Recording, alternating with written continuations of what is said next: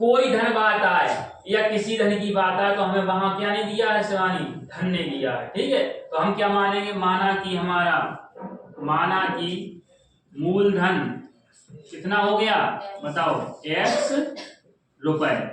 ठीक है, दर हमें क्या दी है 3%, समय हमारा क्या दिया है 10 वर्ष। ज्ञात क्या करना है हमें, मूलधन। क्या करना है, मूलधन। हमें देखो 650 ये हमें क्या दिया है, मिश्र धन। क्या दिया है, मिश्र धन दिया है कि नहीं। 650 में समझ में आ रहा क्या दिया है, मिश्र धन हो जाता है तो वो हमारा क्या होता है, गुना हो जाता है, इतना हो जाता है, वो हमारा क्या है, मिश्र धन। ठीक है, तो देखो मिश्र धन का फॉर्मूला क्या है, मूलधन प्लस ब्याज और बराबर कितना दिया है 650। मूलधन हमारा कितना है x, ब्याज मूलधन, दर कितनी है 3, समय कितना है 10 वर्ष बटे कितना 100 बराबर के कितने 650। इनका एलसीएम लोगे तो ये कितना हो जाएगा 100x प्लस के 30x और बराबर के इसका इधर तिर्यक गुणा करोगे तो 650 इंटू 100। यहां से देखो इसको जोड़ोगे तो ये हो जाएगा 130x और ये इसका करोगे तो 650 और 2 जीरो और 13 पन्ना 65 और 1 जीरो से 1 जीरो, देखो कितना आ गया x बराबर 500 और x हमारा क्या था मूलधन। अतः मूलधन कितना हो गया 500।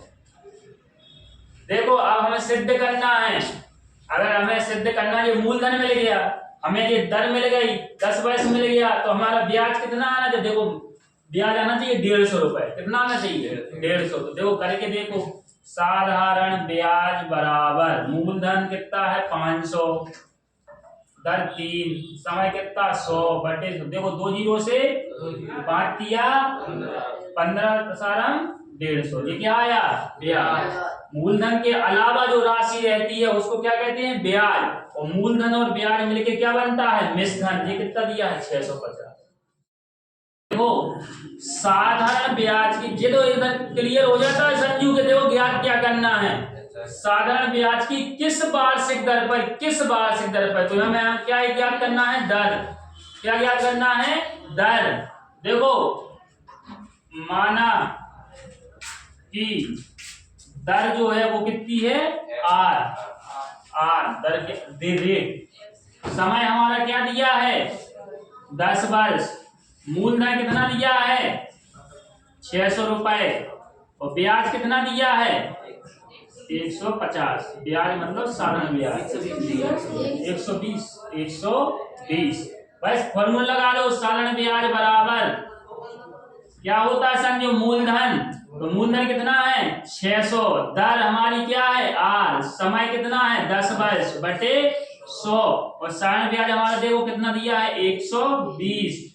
600 आर गुणा 10 बटे 100, 2 जीरो से 2 जीरो, 1 जीरो से 1, 6 दूनी 12, आर बराबर कितना आ गया 2। हमेशा आर कितनी इकाई में रहेगी परसेंट में, आर बराबर कितना आ गया 2%। किसी राशि पर मतलब किसी राशि की बात करी तो हमारा यहाँ मूलधन दिया ही नहीं है, तो सबसे पहले किसी राशि पर तो माना कि मूलधन कितना हो गया बताओ x रुपए। कितना क्लियर, यहां तक हो गया। साधारण ब्याज मूलधन का 1/4 है, तो साधारण ब्याज मूलधन का 1/, मूलधन कितना है x और का 1/4 मतलब x/4 रुपए। यहां तक कुछ समझ, यहां तक देखो कुछ किया, जैसा उसने कहा वैसा हम करते गए। तथा वर्षों की संख्या प्रतिशत दर के बराबर है, मतलब दर बराबर समय। अब इसको चाहे आप t मान लो चाहे इसको r मान लो, क्योंकि दोनों देखो वो कह रहा वर्षों की संख्या प्रतिशत दर की कैसी है बराबर, मतलब जो दर आएगी वही कितना आएगा समय आएगा। ये कैसी है बराबर, समय का मान और दर का मान हमें कैसे रखना पड़ेगा बराबर।